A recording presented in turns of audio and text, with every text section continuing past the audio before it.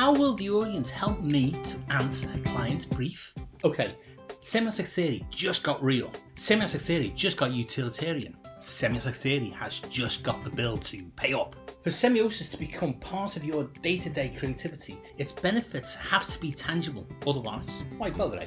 True, but let us not be quantitatively mercenary. Semiotics offers qualitative audience benefits. Let us discuss. Welcome to episode 13, season 3 of Semiosis 101, where we explain Charles Sanders Peirce's semiotic theory of semiosis, sign action, in design-centric terms. If you've watched Semiosis 101 episodes before, then you already know I'm Dave Wood. I use Semiosis 101 on YouTube, Patreon and Substack to provide a designer-centric translation of Peirce's semiosis.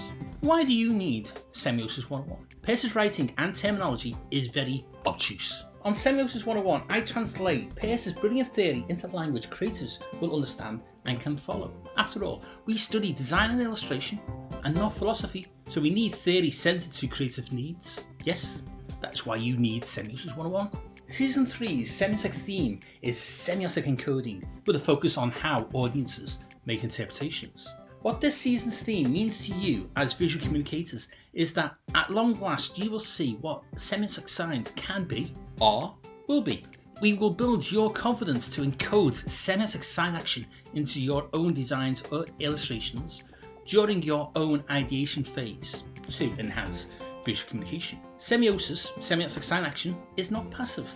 As an applied semiotic theory into visual communication work, semiosis has the power to be beneficial to not only the creative, but also the client and the client's target audience.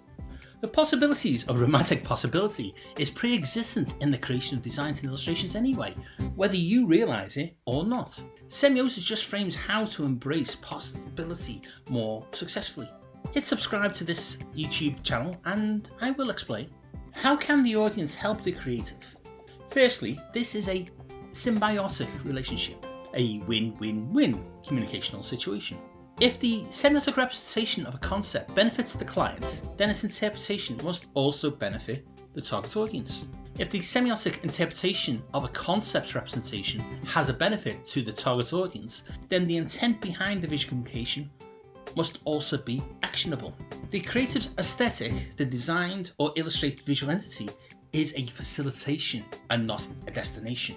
Remember, in past episodes I've already stated visual communication is not passive. As design professor Jorge Frascara argues, visual communication design, graphic design and illustration is a facilitator of behavioural change. Visual communication is proactive. Semiosis, semiotic sign action, is a pragmatic theory that can be applied to enhance the effectiveness of visual communication.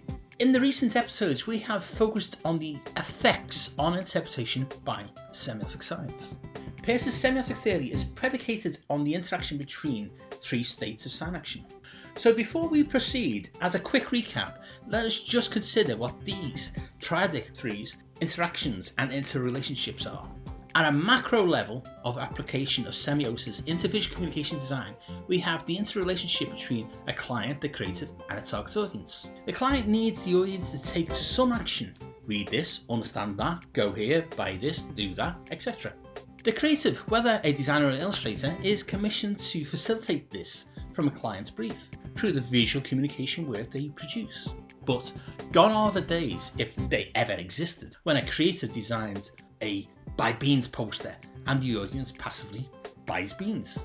We are not discussing psychologically visually manipulating the target audience here. Semiotic sign action, or semiosis as Peirce names it, is neutral in the intent behind visual communication. As the semiotic theory, semiosis is concerned with the micro level of perception and communication by the encoding of semiotic signs. No, not signage. Its sign action power to communicate concepts is predicated on a determination flow. The semiotic determination flow in Semiosis 101 design-centric terms is between the concept, its representation, and then interpretation. Peirce uses more obtuse terms instead of these design-centric terms. Object, concept, representative, representation, interpretant, interpretation. Let me quickly put Peirce's determination flow back into design-centric contexts.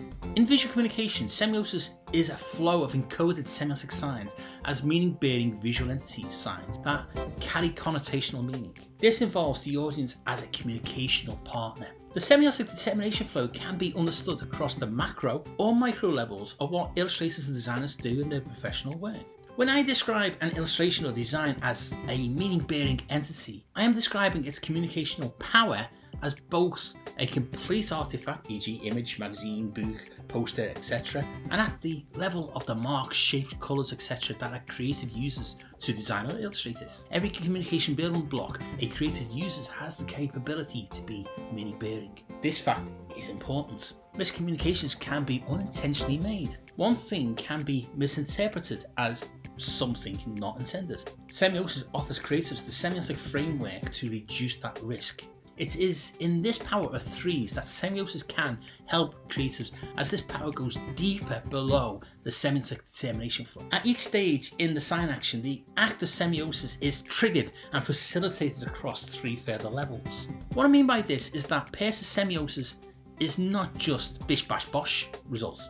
Semiosis is not simply concept, representation, interpretation. Each of those three steps has three levels underpinning each step's effectiveness. The semiotic determination flow between a client's concepts to be visually communicated, how the creator chooses to visually represent that concept, i.e. to semiotically encode meaning into the visuals to connotatively communicate a concept, ultimately has to rely on interpretation by the target audience to extract that connotative meaning.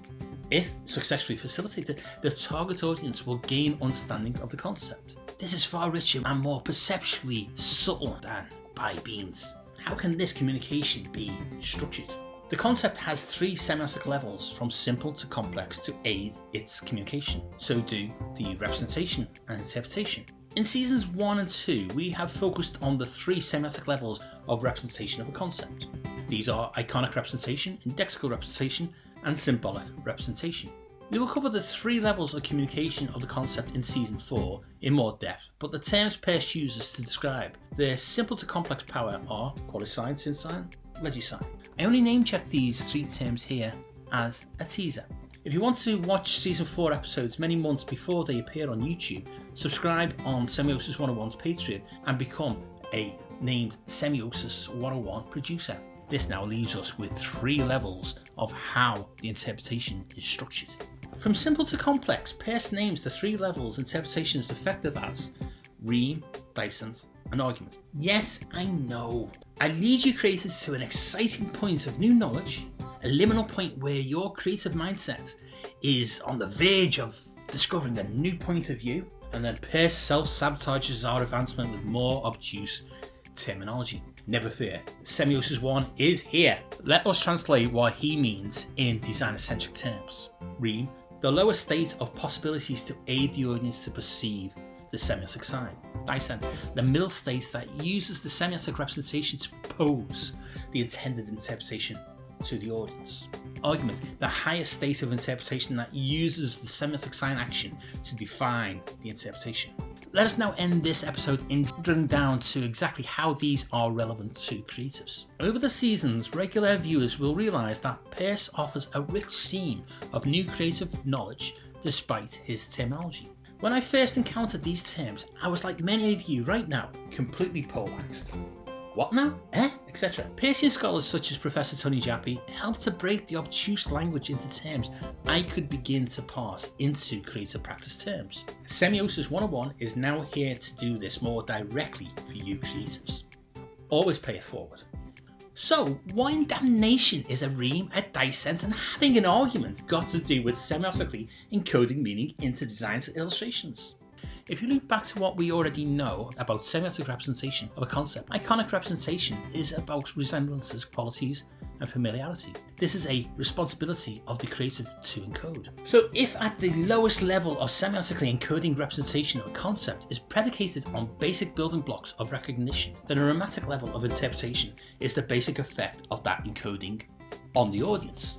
A semiotic sign must first be visually perceived as meaning bearing to move from a dormant state to begin its sign action. semiosis. Once perceived as meaning bearing, the iconic elements of lines, marks, shapes, colours, etc. suggest something to the perceiver to interpret. The possibilities of what these iconic lines, marks, shapes, colours, etc. emerge in the mind of the audience is the first perception level of audience's interpretation. This is followed by the perception state where an audience's interpretation confidently moves from the possible romantic level to the proposed dissent level, and then the defined argument level. The audience is key here. Whatever meaning bearing the designer or illustrator encodes into their aesthetic visual language, someone needs to decode it. Target audience.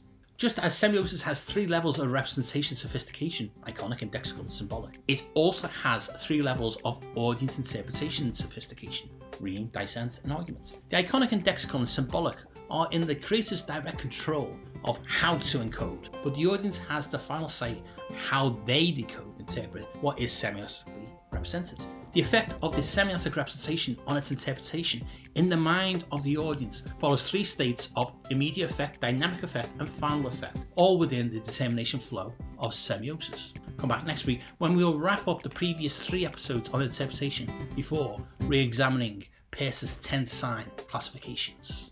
I am Dave Wood, a design educator and researcher, a published design author, and I've worked commercially as both a freelance illustrator and graphic designer.